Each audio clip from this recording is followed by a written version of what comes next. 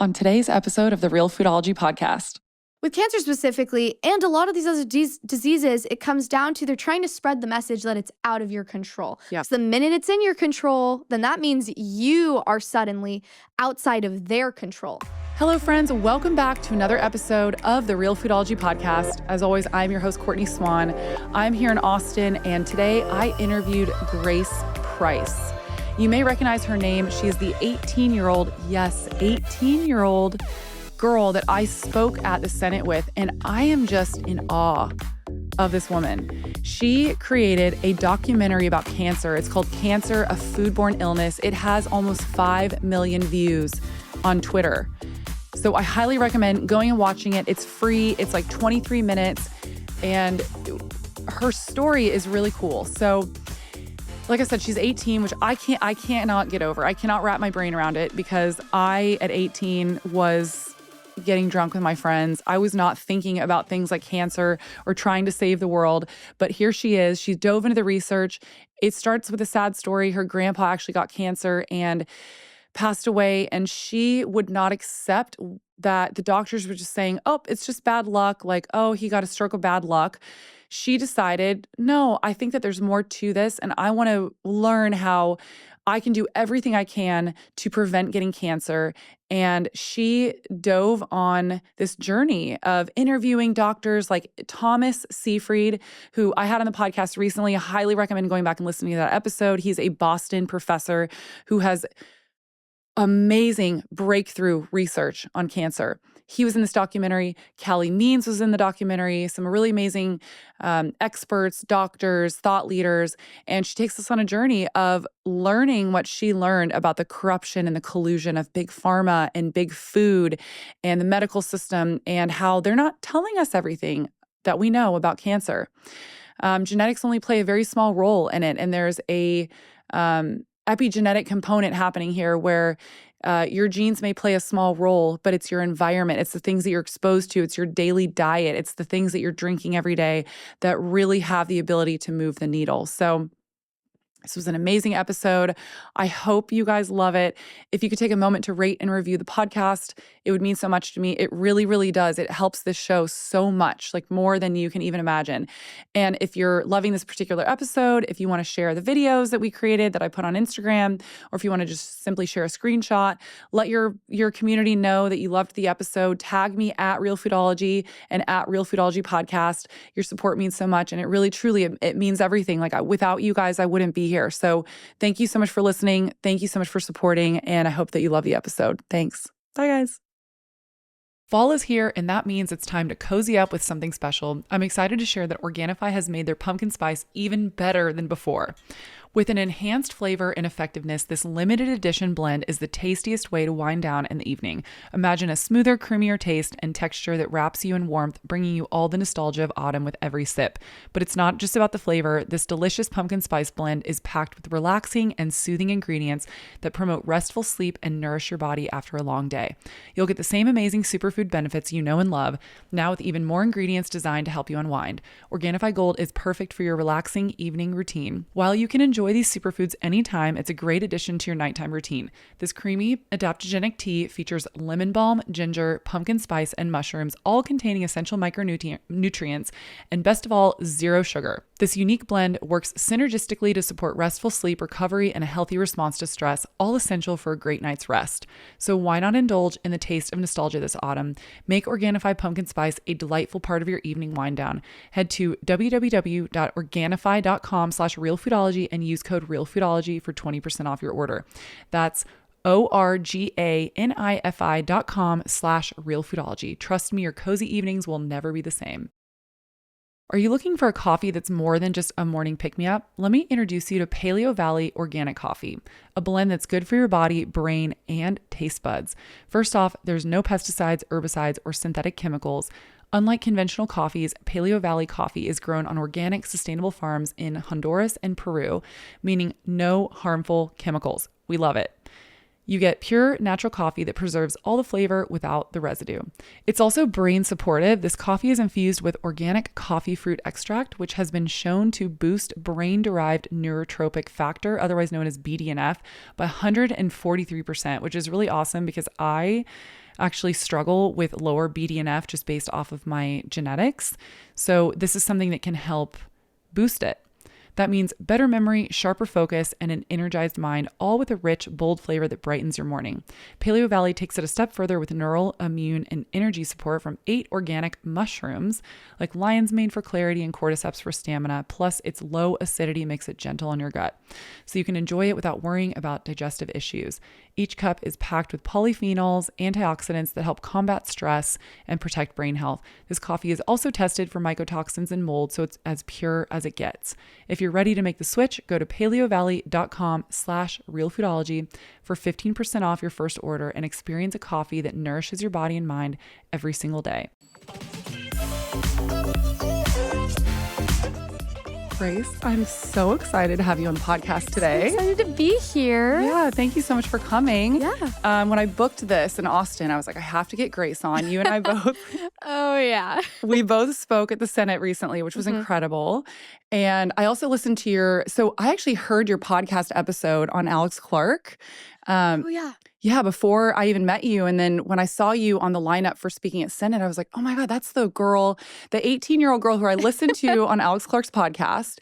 And your story is so incredible. So you created a documentary about cancer. It's called Cancer, Foodborne Illness.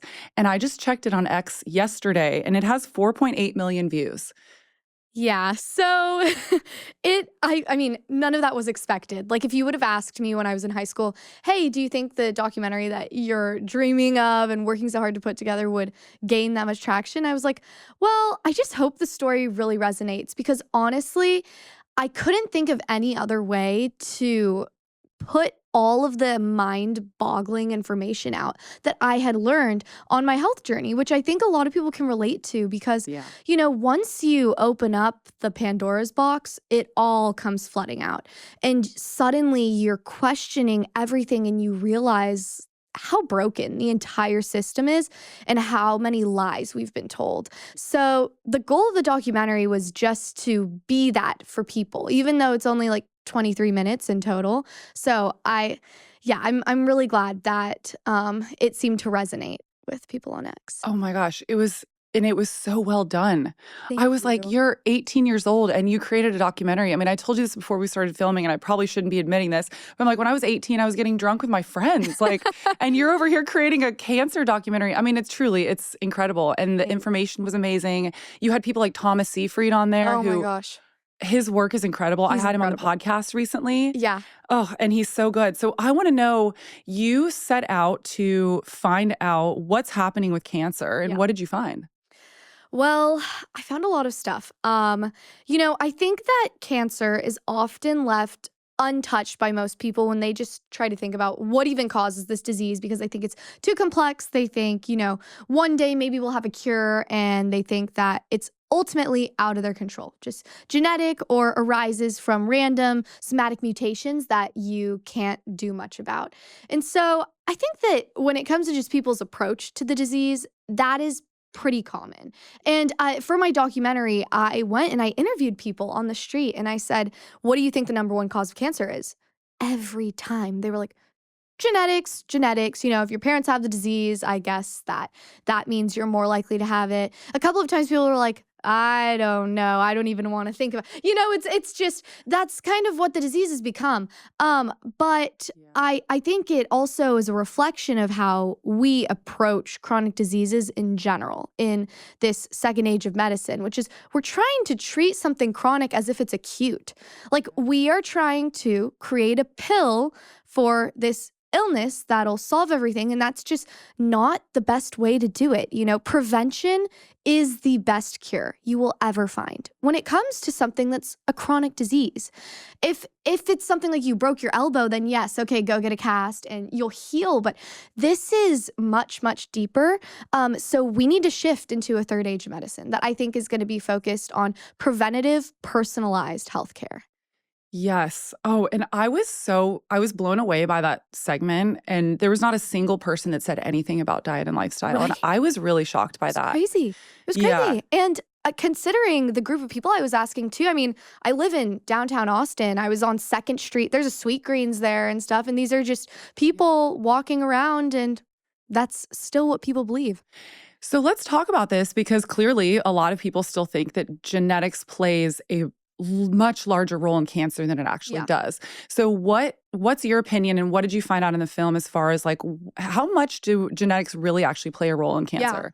Yeah, no, that's a great question. And I don't want to come off as saying genetics don't play any role because I think oftentimes I talk so much about the metabolic origin of the disease that people are like, oh, well, that's like wrong. You're discounting genetics. That's not what I'm trying to do.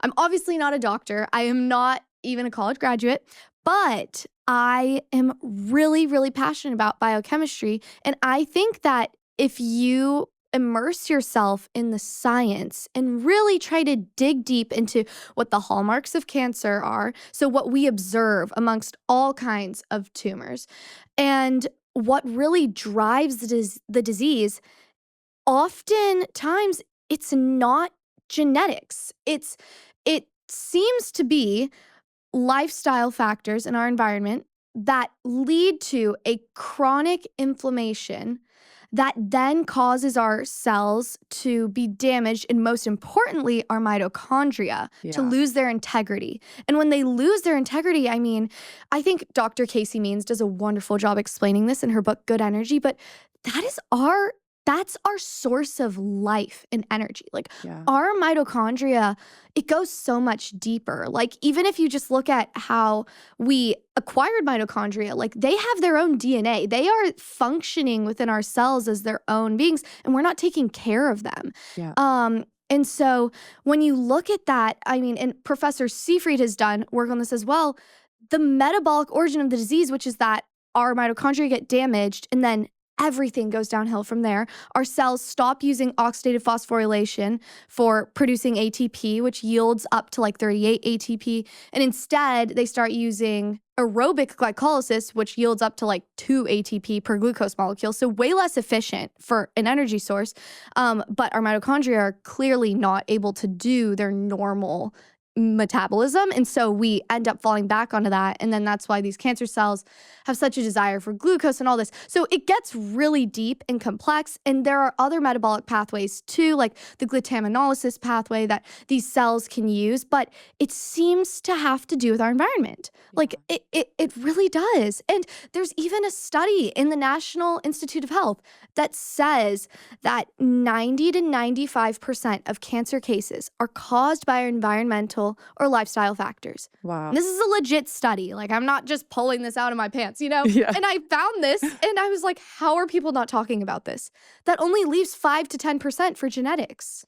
Exactly. And you just said, how are people not talking about this? And you so beautifully laid this out in your documentary about how our food system and our medical system have all been captured by corporate interest. And I think that's playing a large role in people being kept in the dark because we are told by these regulatory bodies that it's all genetics. There's nothing you can do about it. Yeah. And then meanwhile, they're also telling us that just eat the food pyramid. Oh, yeah. And you'll be fine and you're going to be healthy. And it's actually been the complete opposite. Total opposite. So tell my audience a little bit about what you found when you were digging into this, like how deep the corruption really goes. It's honestly terrifying, and I consider myself just a radical optimist. I think it's important to always look for the best in people and in experiences in life, and it was really depressing seeing how deep the corruption flows. Yeah. I think the most depressing part is that anyone would ever wish or neglect the fact that the repercussions of them putting profit over public health is someone laying in a hospital bed because they were diagnosed with cancer, or someone getting a limb removed because they have type 2 diabetes, or someone who is now completely deteriorating mentally because they have Alzheimer's. That is the reality of what the corruption is doing. Like, I don't want it to just seem like I'm trying to call out corruption because it's morally wrong, which it is. Yeah. But it's like, what is the cost of their corporate greed? And that's the cost. And I think people can pretty unanimously agree that that is terrifying. Like, no one wants to have to experience that. No one wants their loved one to experience that, their friends, their coworkers. I wouldn't wish that on anyone. And so for these people to even have a slight awareness that that is what these foods can lead to, that's just absolutely disgusting to me. As the crisp fall air rolls in and the leaves start to change, I've been focusing on keeping my energy high and supporting healthy aging so I can enjoy every season to the fullest. Lately, I've been using MitoPure by Timeline, and the results have been amazing. Developed after over a decade of Swiss research, MitoPure is a urolithin A postbiotic, something that's hard to get just from your diet. Since I started using it, I've noticed better muscle strength, faster recovery, and a steady boost in energy that helps me take on these cooler days with ease. I am such a huge fan of MitoPure. I think it's my favorite supplement that I've found in the last couple of years because I really have noticed a difference in my energy because this truly is food for the mitochondria. And if you want to hear more about MitoPure and how it works and the extensive studies that they have done on this product, I highly recommend going back and listening to the episode where I talked to one of the founders of Timeline MitoPure. One of my goals in life is to stay active and healthy, not just now, but for years to come. I want to be that 90-year-old that's still out on hiking trails, playing with my grandkids, and enjoying life to the fullest. MitoPure is helping me stay on track toward that goal by supporting my vitality as I age.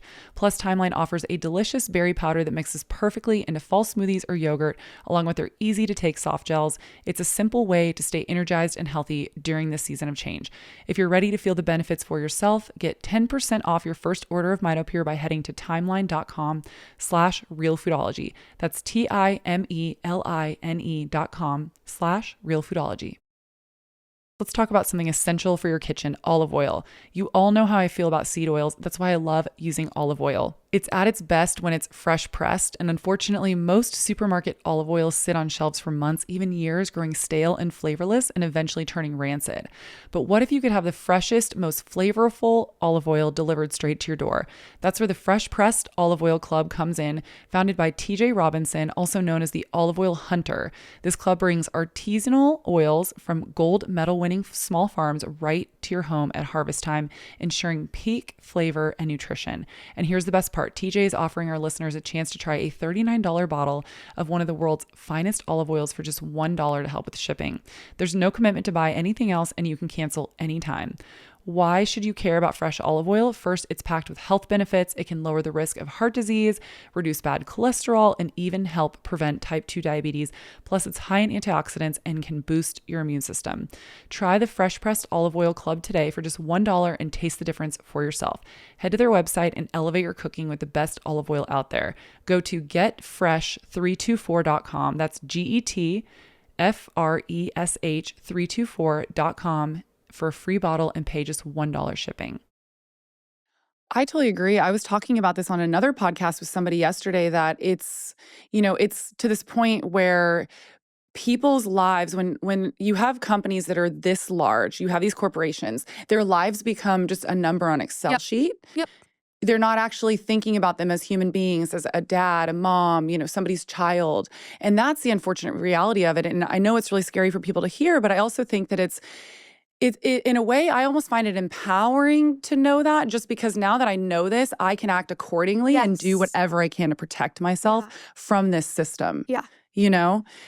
And there was one thing that you pointed out that I really want my listeners to hear, because this is crazy. So there was a 95% of the 2020 U.S. Dietary Guidelines Advisory Committee had conflicts with big food and big pharma. Oh, yeah. 95% of them. I actually meant to look this up. I want to know what it's like now in 2024. I think I've actually read that it went down a little bit because people are calling this out so much. Mm-hmm. But that's insane. Yeah. So okay, let's talk about, I want to dive into, I have so many questions to ask you right now that I'm like, what direction I want to take this next? So when we were talking in the Senate, you said that ultra-processed foods are the new cigarette for your generation. So we've just outlined everything so far that you've found that we've been lied to about what's really happening with cancer. There's a lot of colluding happening. And now we're finding out that ultra-processed foods are really making us sick. They are. Yeah. So can you talk about that? Yeah. They're making us so sick. And what I think is so fascinating about ultra-processed foods is it seems as though we are repeating exactly what happened in the 20th century with tobacco. Yeah. And whether you want to acknowledge the fact that big tobacco literally bought big food companies back in the 1980s, like Kellogg's and Kraft, and rolled out all of their different methods for creating highly palatable, addicting foods, and then exited in 2001. Like that's a pretty direct connection, if I would say so, once they lost cigarettes as their main source of profit. And when you look at what the cigarette industry did with kids and how they targeted them, it almost looks exactly the same as what we're seeing with kids and ultra-processed foods now. They would put signs that were marketing things like Camels at the eye level of children because they knew they could try to get them to go and buy these cigarettes, get addicted, and kids don't have as much willpower either. Like they were targeting honestly, like just the less strong mentally and physically and kind of the weaker links of society by doing that. The most vulnerable. Exactly. Most vulnerable. And so when you see that, and then you see that, there was a study that came out that dietitians on TikTok were paid off by General Mills to promote cereal as healthy. So they're using their credibility to then get teens, and which all my friends are on TikTok. I can tell you that for sure, Courtney. Like that is where they live, to get them to say, oh yeah, cereal's great. And I will mention this as well. It's gotten to the point too where they're trying to make it also political, where they say, if you ask like, hey, is it okay for me to want to go on a diet? People are like, oh, no. Like that is body shaming. If you say that cereal is bad for you, you are food shaming, and you need to instead, listen to your innate desire for what you want to eat. You know what your innate desire is when you're eating sugar all day? Eat more freaking sugar. That's not what you need to be listening to. Exactly. You're addicted to it. It's crazy. It really is starting to feel insidious because you have all these people of moral authority, of they're experts in the field, quote unquote, right? Experts. But I say quote unquote because I actually talk about this a lot because I was on the track to be a registered dietitian, and I actually left the program because I was seeing that the program was being funded. They were getting funding from Coca-Cola, General Mills. I believe they get funding from Pepsi now. Yeah. And I was like, I don't want to do this. This is a direct conflict of interest. It is. Yeah. Like, what are we doing here? And then we have them going online, like you said, and shaming people, saying like, oh my gosh, it's not body positive to want to go on a diet. Sure. It's unhealthy. You're going to develop an eating disorder. Yeah. I hear this all the time. They say that I'm going to give people eating disorders for telling them to eat real food. Isn't that crazy? It's crazy. It's like they don't realize that, sure, maybe you don't. Like, I never try to advocate for specific diets because I think that's it. People can decide that for themselves. Yeah. But what we're advocating for is let's get this poison out of our meals every day. Like it's not even a question of whether your diet should include this toxic stuff. Like you can make more personalized health decisions down the line once you get the fake stuff out. Like It has to be choosing from real food initially. Because that's the problem, is that we're now consuming, I can't remember the exact percentage, maybe you know, but I think it's like up to 75% of most 75%. Of most people's diet is ultra-processed foods, which is fake food. That's not even real food. Fake. It's fake, exactly. And what we're doing is we're hijacking people's palates. I mean, I've told this story so many times, and I think it's very resonant in this particular conversation. I was at a film festival last year, and they were handing out candy for free. They were like going down the aisles being like, you guys want this candy? And I was like, oh my gosh, I love Reese's Pieces. I haven't had these since I was a kid. I literally had not had them since I was a kid. And I was like, give me one. I'll try one. Like I spit it out. It tasted so fake to me because I don't eat that kind of stuff anymore. And I'm not even being dramatic. I was like, this tastes like chemicals to me. Okay, that's so funny that you had that experience because I've had something super similar where like I'm pretty strict like you on eating processed stuff. And I think I was with my niece and we were trick-or-treating for Halloween with her, and she gave me like a Kit Kat or something. I was like, oh, I used to love these when I was little. Like, it's my favorite. It tastes like plastic. I'm like, what? This is nasty. Like, you literally can taste the chemicals when you go without something like that for so long. And that's why I think the question really comes down to, how do you get people, consumers, to change the market by ultimately getting this stuff out of their diet, stop buying it for a prolonged period of time. Like, I really think we have the ability to do bottom-up change as much as top-down change is important, which you and I are really into all the top-down working on it. Working on it right now, guys. Yeah, it's interesting. I was actually at a little documentary film premiere last night, and Callie was in the documentary, and he spoke on a panel afterwards.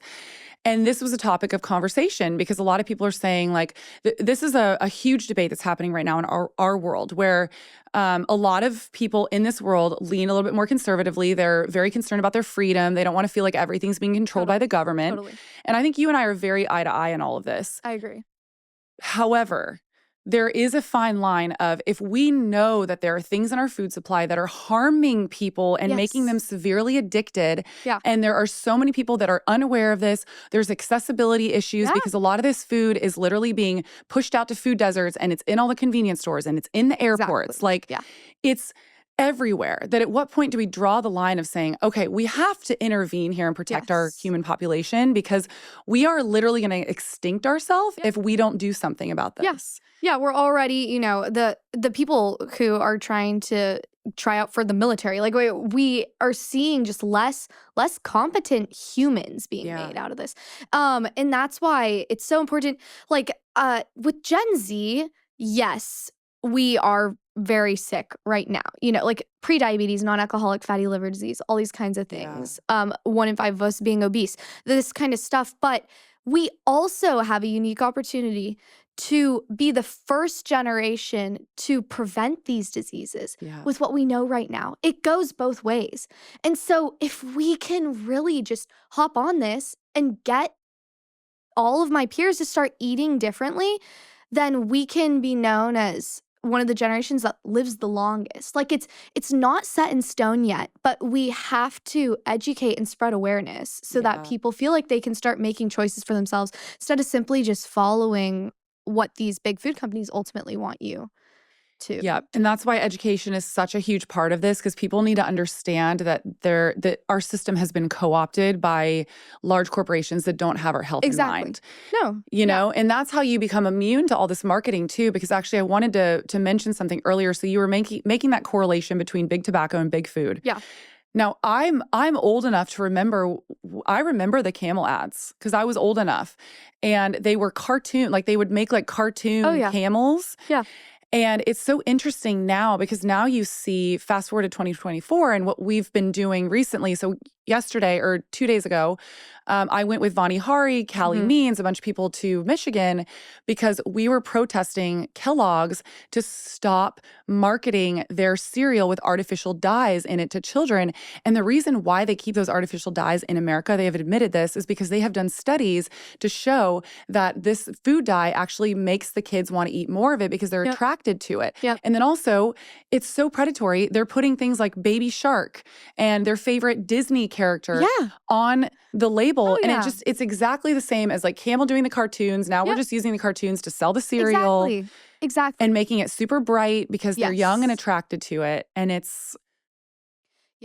No, and you're making such a great point. And again, like I don't understand why we wouldn't treat these foods any different than we would with big tobacco and getting cigarettes. I mean, that's a toxic, carcinogenic thing that people were consuming. And yes, ultra-processed foods, like there's a wide variety of them. There's a lot of companies, but we have to treat it the same way. It's so important. And like you were saying with the ads towards the children, I mean, kids are just seeing this stuff. They see the bright colors, and that is what they love. And so they love the food, they love the character. What kid is going to say no to that? Did you know that most cookware and appliances are made with forever chemicals? Yes, that means your nonstick pans, your air fryers, your waffle makers, your blender could possibly have PFAS. And yes, even our beloved crock pots and pressure cookers. I have actually been talking about this for so long. Back in 2006, my mom came to my dorm room and made me get rid of all of my nonstick pans because she was concerned about me being exposed to something called Teflon. Teflon is a coating that is used on nonstick pans and a lot of these appliances that I just named. So I've avoided Teflon, nonstick, PFAS coated appliances, pots and pans, you name it, for a very long time. And the only option for a very long time was just stainless steel pots and pans. So I was really excited when a company like Our Place came out because they started creating really beautiful cookware and appliances that are like pieces of art. Every appliance that I have from Our Place, I legit want to store it on the counter. And I'm the type of person that does not want anything on my counter because I like it to look really just clean and minimal. But I'm so obsessed with all the Our Place products that I have so many of them displayed on my counter because they are legit pieces of art. Our Place is a mission-driven and female-founded brand that makes beautiful kitchen products that are healthy and sustainable. All their products are made without PFAS, which are the forever chemicals, and also made without PTFE, which is Teflon. If a company is not outwardly stating that they don't use these chemicals, then if they are using non-stick coating on their appliances, they are absolutely using forever chemicals. And there's been increasing global scrutiny for their impact on the environment and our health. And recognizing this impact, the EU plans to prohibit PFAS by 2025. Our Place has always been PFAS free, and they offer durable toxin-free ceramic coatings, ensuring a healthy, safe cooking experience. And let me tell you, you guys, they are changing the game with non-toxic appliances. They have a blender, they have an air fryer, they have a crock pot. Not to mention their amazing Always pan. They have a perfect pot, which is just the perfect size for soups. And they also just came out with a cast iron that I'm loving as well. And I more recently replaced all of the bowls and plates in my kitchen because I really needed an upgrade. My other ones were so old. So I got some from Our Place and they are so beautiful. The ceramics are beautiful. The colors are amazing. Like I said, everything is like a piece of art. If you want to try any of the products from Our Place, go to FromOurPlace.com and enter my code Realfoodology at checkout to receive 10% off site-wide. That's FromOurPlace.com, code Realfoodology. Our Place offers a 100-day trial with free shipping and returns. As the holiday season approaches, it's time to focus on more than just gift giving and festive cheer. Let's talk about a gift that you can give yourself: healthier teeth and a brighter smile. If you're looking for a natural and effective way to upgrade your dental care routine, I've got the perfect holiday treat for you. Introducing Wellness Toothpaste, a stocking stuffer that your teeth will love. This isn't your average toothpaste. It's infused with hydroxyapatite, which is a mineral that works wonders for your enamel, and it's a great replacement for fluoride. It's found naturally in your teeth and bones. Hydroxyapatite helps remineralize and strengthen your enamel, offering a natural defense against cavities and sensitivity. Consider it a holiday gift for your smile. With potential health concerns surrounding fluoride, this toothpaste gives you the protection that you need without the worries. Using hydroxyapatite is a safer and equally effective alternative. Here's an extra festive bonus. Hydroxyapatite not only strengthens your teeth, but also brightens your smile. It fills in tiny cracks and smooths the surface of your teeth, leaving you with a naturally radiant, healthy grin, perfect for all those holiday photos. Whether you opt for the best-selling whitening toothpaste, the kid-approved strawberry toothpaste, or the detoxifying charcoal toothpaste, every option is fluoride-free and powered by natural hydroxyapatite. And the holiday cheer does not stop there. Wellness offers a whole range of oral care goodies, from oral probiotic mints and natural floss to eco-friendly toothbrushes and a concentrated mouthwash, all made with essential oils and clean ingredients. Head over to wellness.com/realfoodology and discover the power of hydroxyapatite for yourself. That is WELLNESSE.com/realfoodology. Exactly. Like, no kid in their right mind is going to say no to that ever. And so yeah, it's really, really frustrating what's happening. And I think that what y'all are doing with Kellogg's is honestly like so great. And what we got to do at the Senate, because when you look at what really changed the game for big tobacco is when the Surgeon General came out and wrote the entire overview on tobacco and health.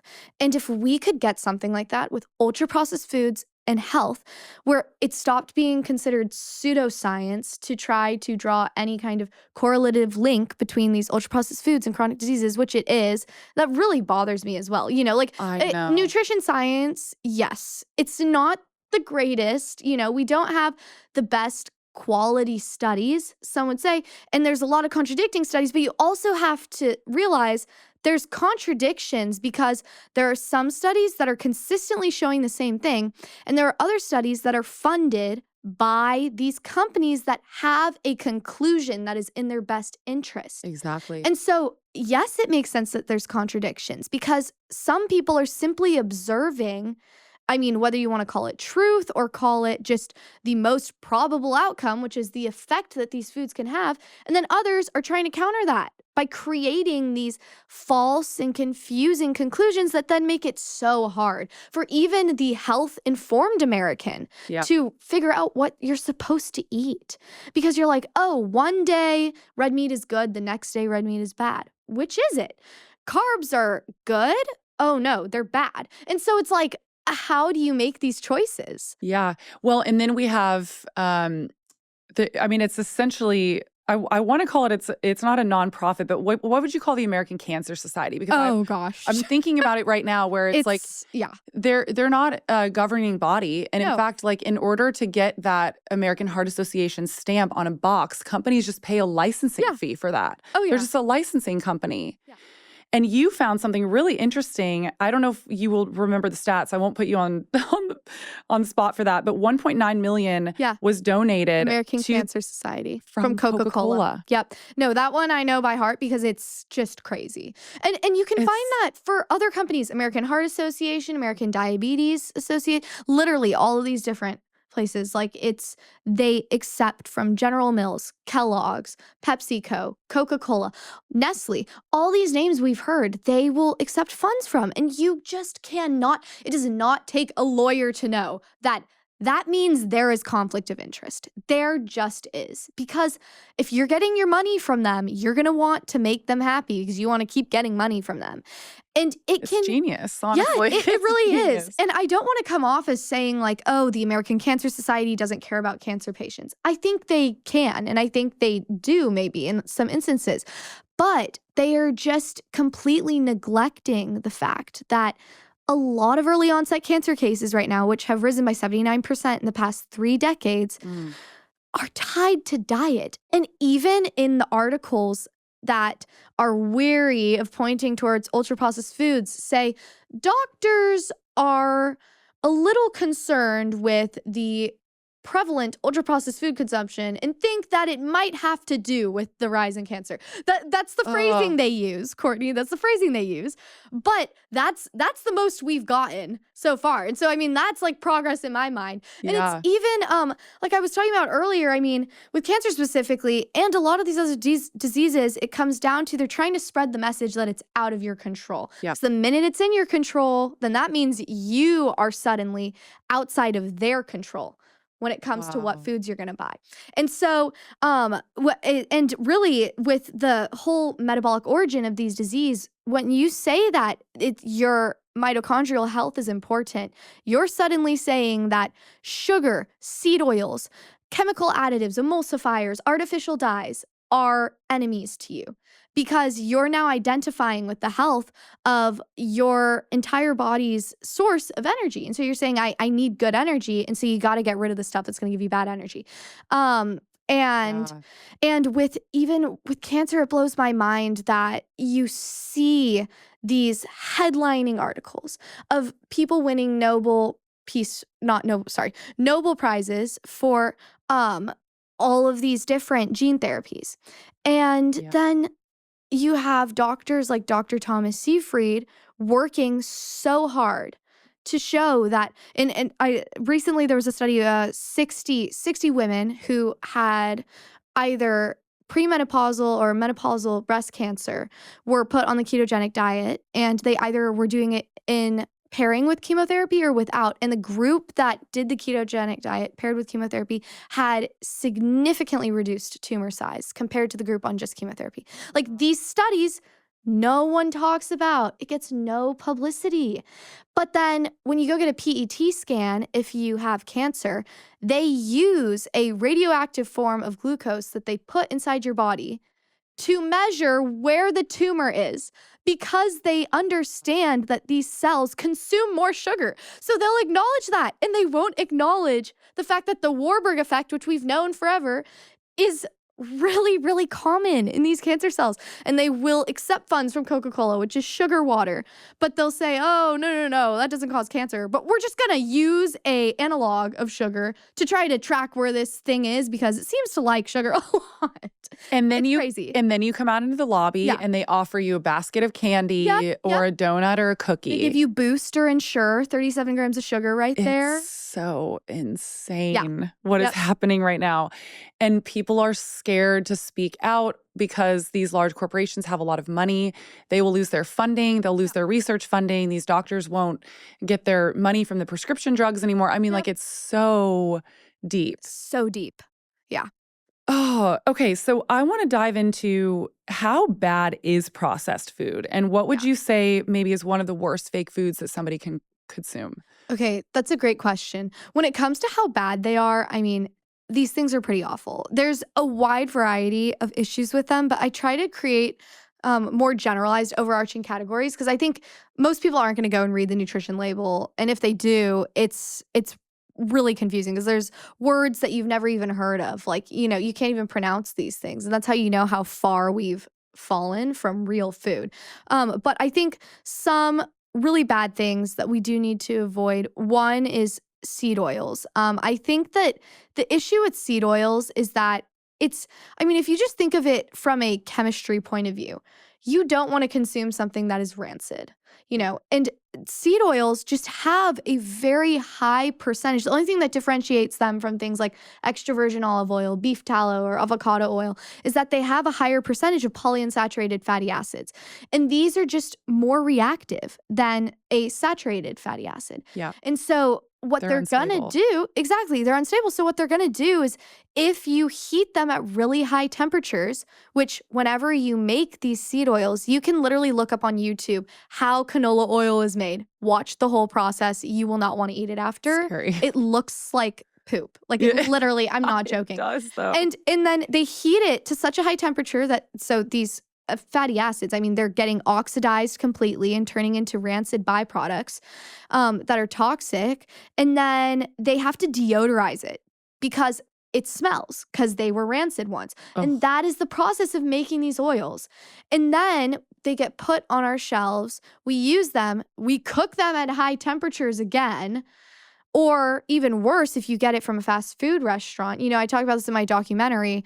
There's a study done in England where they measured the average amount of, I think it was aldehydes or formaldehydes within a large thing of French fries. And it was equivalent to that of 25 cigarettes because these toxic oils, whenever they are heated at such high temperature, can produce all of these really toxic byproducts. So we shouldn't be eating that. If you see any of these there's a great source for this is if you go to Dr. Kate Shanahan's website, she has a list called The Hateful Eight. Print it out, put it on your fridge, and just know when you go grocery shopping, like that is one thing. The next thing is there's a lot of really bad stuff with just the amount of carbohydrates and sugars in these foods. Like the amount of carbohydrates in the foods has increased over time for one. And you know the agricultural side of it. I mean, these are the most subsidized foods. All of these grains and corn, that is what we are choosing to monocrop and just put so many pesticides, herbicides, all that kind of bad stuff in it. And so I found that like avoiding as many carbs, you can kind of avoid inherently a lot of these bad chemicals that are used when you're growing them. And also, you can make sure that you're not keeping your body in a hyperglycemic state. I think a lot of us are spiking our glucose all day and we don't even realize it. That's why it's great that we have CGMs now. Like everyone should understand their data and really see just, whoa, I'm waking up in the morning and I am spiking immediately because I'm eating dessert for breakfast. But people don't view bread and typical grains like that. They view maybe like cereal like that, even though they still eat it. But yeah, that's another very helpful change of framework. Like, oh, okay, I don't actually need to have 80% of my daily intake beef from carbs, Yeah. I can actually have more fat and protein, healthy fat, like saturated fat. And I can reduce that a little bit and I will probably be better off. Yeah. And you know what's so interesting? I talk about this all the time, and I'm sure you know this too. But if you're just carb loading all day and you're constantly spiking your blood sugar going up and down all day, you're going to be way more hungry. You're not going to be satisfied. You're just going to be ending up, snacking and eating all day. Yeah. Versus it's a when you vicious have cycle. Yeah, versus when you have protein and fat, it actually helps to slow that whole process down. It also makes you satisfied and full. It keeps you satisfied and full for longer. Yes. So you can go for longer periods of time without just feeling like you're just ravenous all day, every day, and just chowing on carbs all day. Exactly. And we're not even vilifying carbohydrates here. I think they play a very healthy role in a diet, but it's so crazy that we have a food pyramid that told us that we needed 12 servings a day of grains and bread. Crazy. It's crazy. What? And then everybody's scratching their heads now wondering why we're all dealing with an obesity epidemic. It's like, hello. We haven't Take a look here. Yeah, we haven't been eating foods that have been satisfying us. No. It's so wild. And I'm so glad that you brought up that study, because I was going to ask you about the cigarettes comparison to French fries. Yeah. Because I heard about this, actually, the first time I heard about this was Dave Asprey. Yep. He's great for this. He's amazing. And I love it because now I always tell my friends, like when people are eating French fries out, I'm like, y'all, this is worse than smoking cigarettes. Yes. You might as well just have a cigarette right now. I'm going to cig right now. Oh my gosh, Courtney, I have to tell you, I went onto UT campus and I had a pack of Camels. This didn't make the cut for the documentary, but it was really fun to do. And I went up to college students and I was like, so would you smoke this whole pack if I gave it to you right now? And they were like, no. And they'd have their Chick-fil-A French fries in their hand. Yeah. Or they'd have their P-Terries. And I was like, really? Would you eat that whole thing of French fries right now? And they're like, well, yeah, I'm about to. Like, they'd be like, one guy was like, you want one? I was like, no, I'm good. I'm good. And listen here, buddy, because I'm about to tell you why. And I would tell them, like, this is the same thing. If anything, it's worse, actually, when you look at the half-life of the polyunsaturated fatty acids and that they're getting stored in your cells, phospholipid bilayer. For up to 2 years. Up to 2 years. You have these things causing chronic inflammation. That's terrifying. Versus the cigarette, I think I measured it and it was maybe like if you were to be smoking and then you quit, it lasts up to like a year or even 6 months. So it's crazy to me that. And I hate that I even have to say this. Obviously, y'all, we are not advocating for smoking, okay? Don't get it twisted. We're not trying to undo the whole cigarette thing. We're just trying to add to. We're trying to say, let's push aside the cigs and the French fries. Exactly. And let me be clear. I eat French fries. In fact, I was so excited. I went to this restaurant recently where I found French fries that were fried in beef tallow. Not only do they taste better, where was I? I was traveling and I think I was in... Oh my God. I'll send it to you afterwards. And guys, I'll add it to the show notes. I have been traveling so much recently that I'm trying to remember where that was. I have to look at my calendar. I literally have to look at my calendar. I'm looking forward to it though. But I've been finding a lot of places recently that have this. Oh my gosh. Okay, remember, it was in Phoenix. With Alex Clark, and it was a place called The Ends. Oh, The Ends. And it's a seed oil-free restaurant. Okay, nice. And they had beef tallow fries on the menu, and I was like, we are getting the fries. That is amazing. That makes me so happy. So I love French fries. They're one of my favorite things to eat. They're my total kryptonite, but I will not eat them out anymore because of this. So I want my listeners to know this crazy fact. So what do Clorox and Twinkies have in common? Okay, so this was also really crazy to me. I think that Twinkies are a great example of quintessential ultra-processed food. There's 37 ingredients in that thing, all of which are mainly just chemicals. And that's the truth. It, like I said, view it like chemistry. There are chemicals in here that are used to maintain the shelf life of the product, trying to bind, the oils and the water within it, like an emulsifier. It's that much of an experiment. It really is what you're eating. So insane. And Twinkies, actually, one of the ingredients within the Twinkie, the flour, the way that it's bleached, they use a similar chlorine to what is used within Clorox. And so that's the flour that you're consuming is being bleached by something that is not that different from chlorine gas. I mean, isn't that crazy to You know think what makes about? me really mad about this? And it's the same reason I'm really mad about the artificial food dyes. There is no reason whatsoever that we need this in our food. It's not like No. it's preserving it. It's not like No. it's stabilizing it. No. It is simply there for cosmetic value Precisely. so that the Twinkie can look a little bit whiter. Yeah. Why do we care? Oh, But this is what makes me so mad is the food industry has decided that we care so much that our food needs to look perfect and shiny and the brightest white and the brightest blue and and there's no value for it. No, And in no. fact, not only is there no value for it, but it's also poisoning us. It is. It's poisoning us. It's a lose-lose in every situation. It's so insane what's happening. So, okay, you and the age that you being 18 and being such a voice and an advocate for this movement, I have to tell you, gives me so much hope. Aw. Seriously, because I said earlier, I think about where I was at when I was 18. One, I didn't really know any of this stuff. Like I ate healthy because of my mom, but I didn't know what you Sure. knew. And I could have saved myself a lot of grief, a lot of weight gain when I was younger. Yeah. And I love so much that you're speaking out about this because you're really a voice for your generation and it gives me a lot of hope. So it's kind of a two-part question. First of all, what are you seeing as a response right now with your peers in your age group? And how do you think we can get more of them on board with this messaging? Yeah. I've really been thinking hard about this because it's how do you get people to care about a cause, right? Yeah. That's the real question. Teens seem to care about things like climate change and other big world issues.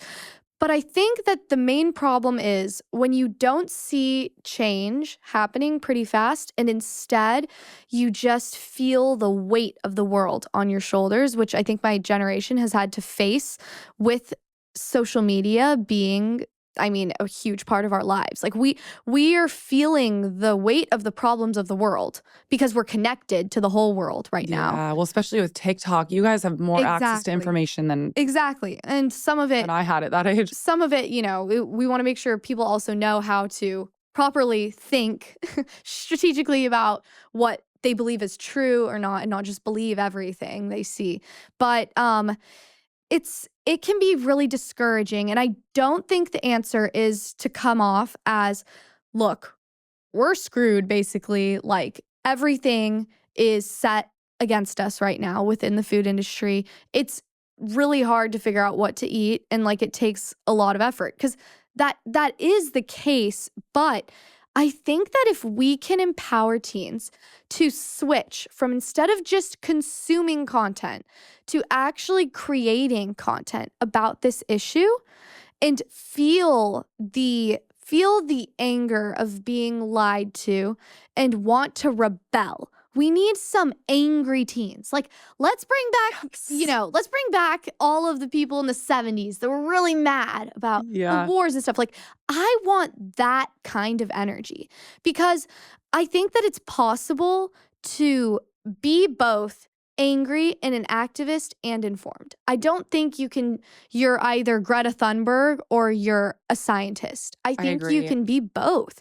And I think that right now we need both. We need people who are thinking clearly and are reacting to realizing what is truly going on.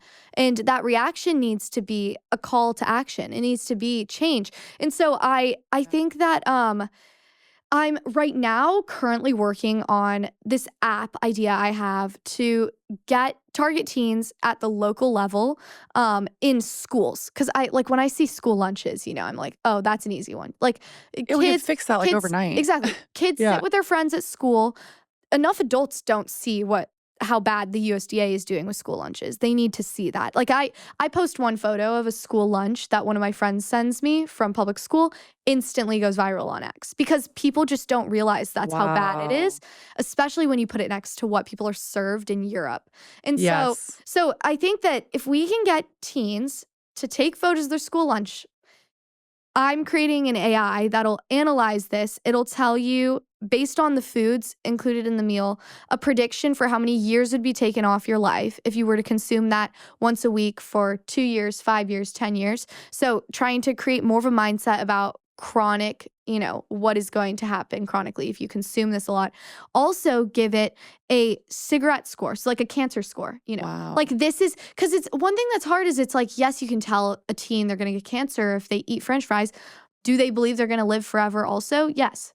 Even if you tell them that. I know. Because they're just like, YOLO, And you can still be YOLO, and you can also be like, hey, I want to live forever, so let's get some of this bad stuff out of our food, And it's toying with ideas like that to see how you can encourage teens to feel like they are making an impact on an issue that they're educated on and get upset about.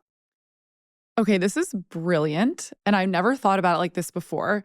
But the rebellious aspect is so brilliant because it was taking me back to when I was, an angsty 18-year-old. And Totally. I wanted to do everything opposite of what I was told to do. Exactly. Yeah. Right? Yeah. And so we've it's all like, been there. I'm still there.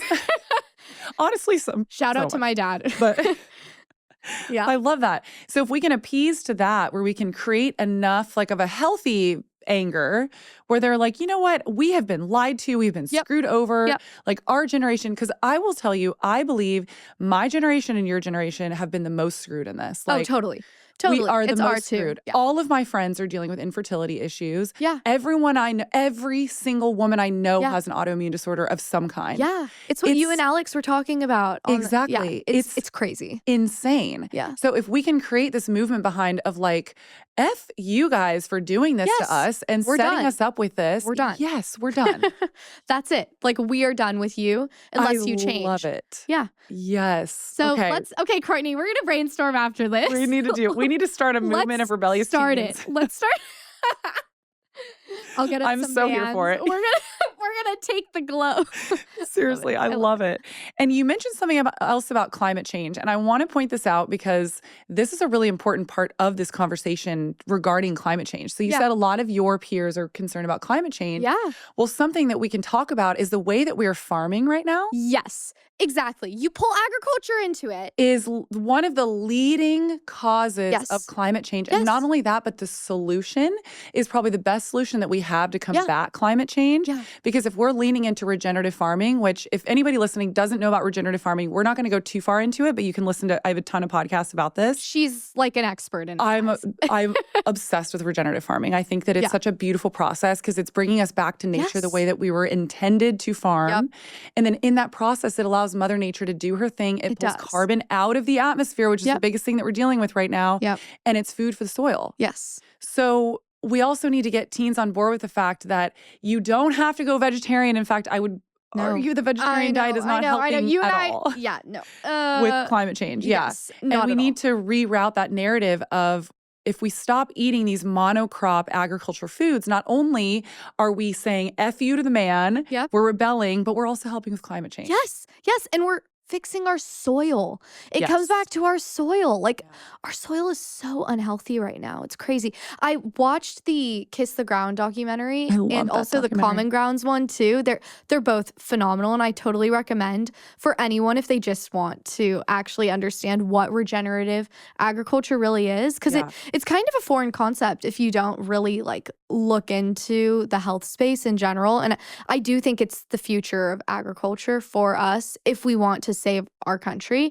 And so I think it's really important that people try to understand that more and 100% pay attention to our farmers. It's important.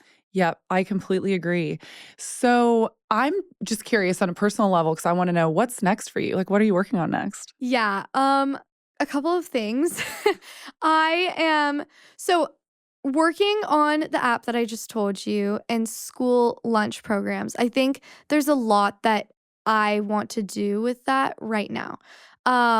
There's also the whole idea of trying to feed the movement of trying to get top-down change by approaching this the same way we approach tobacco. And me being the voice for my generation of, look, like our health is being sold out right now. And we want change. So there's the advocacy part that is really important. And so it's like us continuing to do the hearings and stuff like that, or going and petitioning against Kellogg's. Like, I think that's all great. And then it's also developing developing the research side of things as well, that's really important to me. I think a lot of people get really sketched out because I'm 18 years old and I talk about a lot of science, but that's my passion. Like, I love biochemistry. That is the only reason why I actually learned any of this, because I was reading scientific papers for fun in high school, as unbelievable as that sounds, and I just directed my attention specifically more towards, epigenetics and cancer and mitochondrial health, and then I was like, whoa, this is crazy, and I just kept reading and reading. And so in college, just trying to continue to feed that, because I would love to perform some studies and research that I think is needed for teens. Like, one idea that I've been wanting to do for a while is I think that we need to get a group of 100 kids, my age, in college, have them either eat their typical college diet, which is like Hot Pockets, Cheetos, Kraft mac and cheese, Coca-Cola. Yeah, it's brutal. It's brutal. And That's brutal. I'm observing it. I'm observing it right now, Yeah. And that versus a group that eats no ultra processed foods, and is simply just, living life the exact same way. You put some CGMs on them as well. Yeah. I mean, that would be cool to see. There's no data on this for teens. It drives me crazy. Like, why do we not have any studies on what kids are eating, on how often their glucose is being spiked, the connection between glucose spikes, their quality of sleep? We have stuff to track this now. Like, yeah. I could literally get a group of my friends together and we could do something like this. And please do this. This is so cool. Like, it's important. It's important to know this stuff. And it's important also for the sake of spreading awareness and understanding, like, oh, wow, that like this is, or even like your gut microbiome, doing a kind of test on that, see what people's gut health is like. IBS is like crazy right now. Oh my gosh. People don't talk about it, but with women, especially with women, it's really bad. And there's a stigma around talking about all that kind of stuff because no one wants to talk about poop. But the truth is, I mean, the fact that we're not measuring like our poop is crazy. I know. It's actually so helpful for information on the health of really your whole body. Oh, because especially when it comes to food, that is the byproduct of what you're eating. You're going to be able to tell a lot of what's going on in your gut and then how it's impacting, the gut-brain axis is a thing, and then the rest of your cells. Like, it's so important. So, just getting more data. Like, and we can always use more data, I think. Yeah. So I would love to be able to conduct stuff like that. And I wonder if, because I was trying to remember where I was at when I was your age. And I wonder if stuff like this was happening. Like, let's say if I had a friend like you and we put a CGM on me and I really saw what the food was actually doing to my body, I feel as though I would have started paying attention a lot sooner. Right? Yeah. That's what I think. Yeah. Because a lot of my friends say to me, I tell them about seed oils. They try going without it. They're like, I don't feel a difference, Grace. What's the difference? And I'm like, for some things, it's a little hard when some of it's a slow burn. A slow burn. Yeah. And teens are impatient. They want to see their acne cleared instantly. They want to lose 5 pounds instantly or whatever, or gain muscle instantly. And so you need to have ways to show them, like, look at this. This is the difference. So I totally agree with you on that. And I think encouraging people to track their data is really important. It would be interesting to see for that one in particular, what you could do is I would assume that you could do a CRP. Yeah. Like pull their CRP in their blood work because that's an overall inflammatory marker. And I would be very curious to see if they went off seed oils for like 2 weeks. Same. To see if it would affect their CRP levels. Yeah. Yeah. Any kind of inflammatory marker would work for the seed oil instance. That would be really interesting to see. Yeah. And then carbs and sugar, you got covered with the CGM, like, which are great nowadays. You just give them all a levels patch, Exactly. And so I really do think there's a lot of opportunity within that. So I'm excited to do that. And that's so exciting. Yeah, just keep growing and learning. My mission is, I want to flatten the cancer curve by 2040. And that's still my mission right now. The direction in which I go has changed so much as I continue to learn and grow. And that's ultimately the perspective I'm coming from. But I will keep working on this every day until I see the change that I want to see. Oh, I love that. And from your perspective and seeing your peers and seeing everything that's going on right now, are you hopeful that we're able to turn this ship around? Totally. Yeah. I'm really hopeful. I think that ultimately it is a positive message that we have such a unique opportunity right now with the momentum of the Make America Healthy Again movement, along with the ability to have access to information. You no longer have to wait for your doctor to tell you something. You can go read and you can figure it out. Like, it really can be within your hands and in your control. So as I see people starting to take back control over their health, that's what reassures me. And as I also see incredible doctors and scientists who are still continuing to push against this and like who are working. Dr. Nasha Winters, She's amazing. Yes. Cancer doctor. Yeah. Exactly. She created the Metabolic Terrain Health Institute, and I did their program. It was really great and super informative for learning about just like the metabolic origin of all these different kinds of cancers, how you differentiate between prostate, breast, all that kind of stuff. But she's actively helping people heal who are diagnosed with cancer and giving them an alternative treatment. Yeah. Like, that warms my heart. And as much as it breaks my heart every day to be receiving DMs, I'm an 18-year-old. I'm not even a doctor. I receive DMs from people saying, I was just diagnosed with glioblastoma. I saw your podcast episode. I saw your documentary, and it made me look more into the ketogenic diet as a means of treatment or functional medicine as a whole. Like, if I can just give people an alternative, that's enough for me. Yeah. That really is.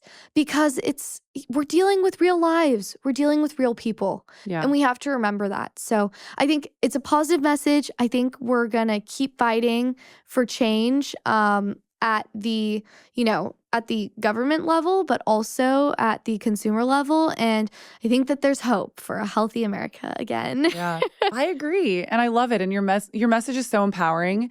And you said something earlier about how these companies are so concerned because they lose control over people, and they lose because when we tell people that you're empowered and you have control over this and you can avoid these foods, then they lose that control of the addictions to those foods essentially that these people have. And so, that's a lot of my message to people is, look, this can you can choose to either allow this to scare you, or you can choose to allow this to empower you. Yes. And allow this to empower you, because you have a lot of power and a lot of choices in this. Yep. Yeah. I love it. Oh, well, I wanted to ask you a personal question that I ask all my guests at the end. Yeah. Which is, what are your health non-negotiables? So these are things that no matter how crazy your day is, that you really prioritize for your own health. Yeah. Okay. Health non-negotiables. Never really do anything sugary for breakfast. I just can't. Like, I will literally crash at 3 p.m. My friends know it. My parents know it. I'm just like, no one wants to be around 3 p.m. Grace when she has had a ton of carbs for breakfast. So that's one of my non-negotiables. I typically just do like protein, fat. You literally can just do eggs. Oh yeah. I had eggs and sausage this morning. Exactly. So simple. Perfect. Yeah. So that's one of them. Another one is I'm very strict on fast food. I don't do fast food. I'm the same. I haven't had it in 20 years probably. Yeah, I call it Play-Doh. It is. It's Play-Doh. Play-Doh. Like kids will eat it, but you're not supposed to eat it. But you're not supposed to eat it. Literally. That's good. I feel like that needs to be on Twitter right now. Like, someone tweet this, Courtney. I'll tweet it. Yeah, love it. I can already see like ChatGPT can make an image of Play-Doh, but you have like instead all of these McDonald's and McNuggets like coming out of it. That's such a good idea. Okay. We need to do this. Yeah, let's do it. We're doing it, guys. That's actually my future now. Play-Doh for kids. No, yeah, fast food. It's just like, and I think most people like, come on, guys. Like, you can. Yeah, like you can avoid that. You can avoid that. Pack a meal if you're on a road trip. Like, I do that all the time. Yeah. And so that's another one. And I would say the last one is like, don't do sodas. Like, there's really no reason to do sodas or really any sugary drink. Like, I feel like I say sodas, but I consider most drinks at Starbucks a soda. Oh, me too. Mind. It's just sugar. It's straight sugar. And you can't say, oh, well, I like the matcha at Starbucks. Well, I think what you're Loaded saying with is sugar. you like the sugar syrup they use in the matcha at Starbucks. That doesn't say anything about what your taste preference is. You're just addicted. Yeah. And that's okay. But you have to realize that when it's in these drinks too, you're consuming sugar so fast that it is just bound to spike your glucose. Like it is bound to and put you in this hyperglycemic state. And you don't want to do that. I mean, puts you at risk of insulin resistance, all of this chronic inflammation that we were talking about earlier, and that these earlier metabolic implications are what lead to the development of these chronic diseases. That's what we're seeing. Exactly. You have to know things like what the health of your triglycerides, all that kind of stuff. It's not just cholesterol. Like you need to be tracking these kinds of markers. So it's important not to do that. But I would say those are probably my 3. I have other ones great. that are more like personal, but I am like hard no on that. You could not pay me a lot of money. I'm like, you could not pay me. You cannot pay me to drink or eat amounts. those. Yeah. Yeah. It's like, I'm not taking $1 million for that. For real. My health is too important. Yeah, I love that. Okay, so please tell everyone where they can find you and also where they can find your documentary. Yeah, okay. So you can find me at Traveling Jeans on X and on Instagram. And then my documentary is on YouTube and on X as well. Amazing. So you can find it there. Yay. Well, everyone go watch it. It's like 23 minutes long, I think, right? Super short. It's so well done. Share it with all your friends. Everybody needs to know this. And thank you so much for coming on today. Thank you for having me. This is so much fun. I know, this was so fun. Thank you so much for listening to the Realfoodology podcast. This is a Wellness Loud production produced by Drake Peterson and mixed by Mike Fry. Theme song is by Georgie. You can watch the full video version of this podcast inside the Spotify app or on YouTube.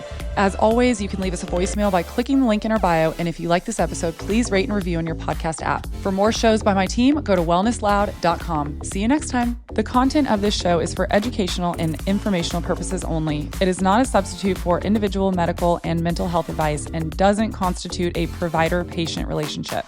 I am a nutritionist, but I am not your nutritionist. As always, talk to your doctor or your health team first.